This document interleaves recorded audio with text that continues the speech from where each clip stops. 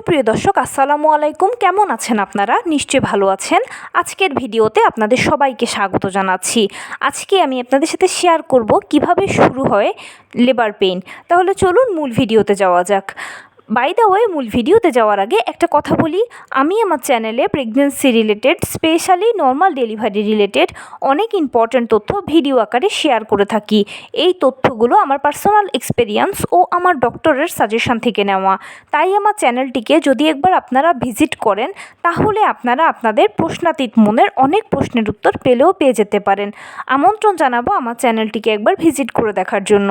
এবারে চলুন মূল আলোচনায় যাওয়া যাক।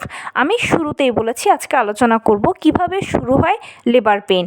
দেখুন, আমরা সবাই জানি যে নর্মাল ডেলিভারিটা সিজারের তুলনায় খুব ভালো, কারণ সিজার হলো একটা ছোটোখাটো অপারেশনের আগে পরে বিভিন্ন ধরনের ঝুঁকি থাকে, সাইড ইফেক্টস থাকে।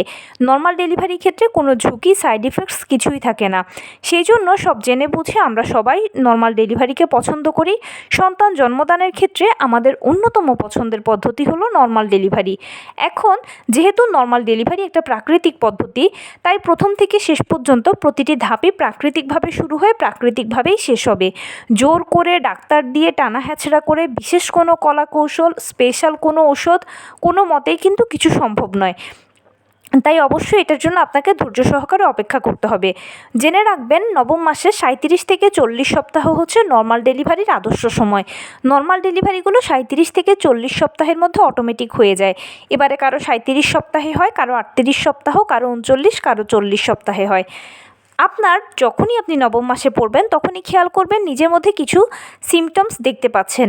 সেগুলোর মধ্যে উল্লেখযোগ্য কয়েকটি হচ্ছে কোমরে ব্যথা, তলপেটে ব্যথা, পাতলা স্রাব পা দিয়ে গড়িয়ে পড়া, এছাড়া থকথকে স্রাব, আঠালো স্রাব, হালকা হলদে বর্ণের স্রাব, হালকা সবুজাভাব স্রাব, এই ধরনের বিভিন্ন ধরনের স্রাব যাবে। এছাড়া জরায়ুতে ব্যথা, যৌনাঙ্গে ব্যথা, নিচের দিকে চাপ অনুভব করা, তলপেটে ব্যথা, হাঁটতে চলতে কষ্ট হওয়া, হাতে পায়ে পানি এসে যাওয়া ইত্যাদি বিভিন্ন ধরনের সমস্যা চলতে থাকবে। এই সমস্যাগুলোর মধ্য দিয়ে যেতে যেতে একটা সময় হঠাৎ করে দেখবেন যে কোনো সময় যে কোনো পরিস্থিতির মধ্যেই দিয়ে আপনার পিরিয়ড শুরু হয়ে যাবে। আপনি একদম ঠিকই শুনেছেন, পিরিয়ড শুরু হওয়াই হচ্ছে নর্মাল ডেলিভারির প্রথম ধাপ। যখনই বাদামি স্রাব যাবে বা পিরিয়ড শুরু হবে, দেখবেন তখনই বুঝবেন যে আপনার ডেলিভারি প্রক্রিয়া শুরু হয়েছে। এরপরে আস্তে আস্তে করে পানি ভাঙবে। তৃতীয় পর্যায়ে গিয়ে লেবার পেইনটা শুরু হবে। লেবার পেইন কিন্তু ধরেই কখনো একটানা হয় না। লেবার পেইনটা থেমে থেমে হয়, কারো 10 মিনিট পর পর হয়, কারো 15 মিনিট পর পর, কারো আবার আধা ঘন্টা পর পর।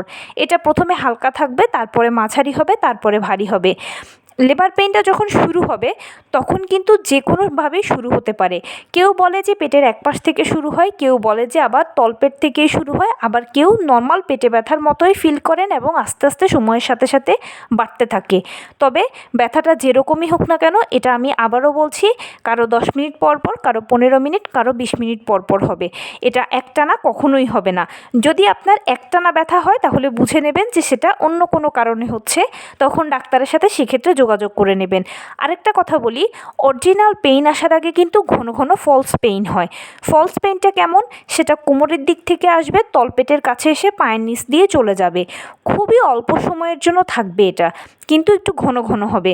অনেকে এই ফলস পেইনকে অরিজিনাল পেইন মনে করেও আবার হুড়োহুড়ি করে ডাক্তারের কাছে চলে যায়, অথবা হুড়োহুড়ি করতে গেলে দেখা যায় যে কোনো একটা দুর্ঘটনা ঘটতে পারে। আপনার পেইন যেরকমই হোক না কেন, ধীরস্থির থাকবেন। কারণ কি, মনে রাখবেন, পেইন শুরু হওয়ার মানে এটা নয় যে এখনই আপনার ডেলিভারি হয়ে যাবে। পেইন শুরু হলে বলেইছি যে আমি প্রথমে হালকা থাকবে, তারপরে সেখান থেকে মাঝারি পর্যায়ে যাবে, তারপর সেখান থেকে ভারী পর্যায়ে যাবে। পথটা কিন্তু দীর্ঘ। কারো দেখা যায় প্রথম থেকে মাঝারি থেকে ভারী পর্যায়ে যেতে 5 থেকে 7 ঘন্টা লাগে, কারো 14-15 ঘন্টা লাগে, আবার কারো বা পুরো 24 ঘন্টাও সময় লাগে। তাই যদি আপনারা বুঝতে না পারেন যে আপনার কি অরিজিনাল পেইন হচ্ছে না ফলস পেইন হচ্ছে, তখন সেক্ষেত্রে অবশ্যই ডাক্তারের সাথে যোগাযোগ করবেন। আর ডাক্তারের সাথে যোগাযোগ করার পরবর্তীতে ডাক্তার যদি আপনাকে ওনার সাথে দেখা করতে বলে, তখনও ধীরে সুস্থে দেখা করবেন। ডাক্তার যদি ফলস পেইন বলে, তখন সেক্ষেত্রে আপনাকে এক ধরনের ওষুধ প্রেসক্রাইব করা হবে, যেটার নাম আমি এখন বলছি না। এই ওষুধটা যখন সেবন করবেন তখন অরিজিনাল পেইন হলে থেকে যায় আর ফলস পেইন হলে চলে যায়। আর যদি সেটা অরিজিনাল পেইন হয় তখন তো অবশ্যই হসপিটালে যাবেন বা হসপিটালে থাকবেন, আস্তে আস্তে অ্যাডমিট হবেন। তবে যেটাই করবেন ধীরে সুস্থে করবেন। অনেকে করে কি যে এই পেইনটাকে অরিজিনাল ভেবে একেবারে হুলস্থুল কাণ্ড বাঁধিয়ে দেয়, হসপিটালে ছুটোছুটি করে, হুড়োহুড়ি করে কোনো একটা দুর্ঘটনা ঘটে। তাই অবশ্যই সাবধানতার সাথে হ্যান্ডেল করবেন আর আপনার রেগুলার ডাক্তারের সাথে প্রতিনিয়ত যোগাযোগ করবেন। তো এই ছিল আজকের ভিডিও। কেমন লাগলো বলুন?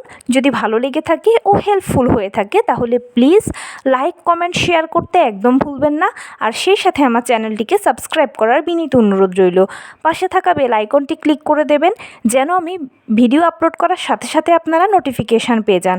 যদি কোনো প্রশ্ন থাকে কমেন্টসে জানাবেন, আমি রিপ্লাই দেব। প্লাস যদি কোনো পরামর্শ থাকে যে কোন বিষয়ের উপরে ভিডিও বানালে আপনারা উপকৃত হবেন সেটাও জানাবেন। আমি আপনাদের পছন্দের সর্বোচ্চ প্রায়োরিটি দেব। ভালো থাকবেন, সুস্থ থাকবেন। আসসালামু আলাইকুম।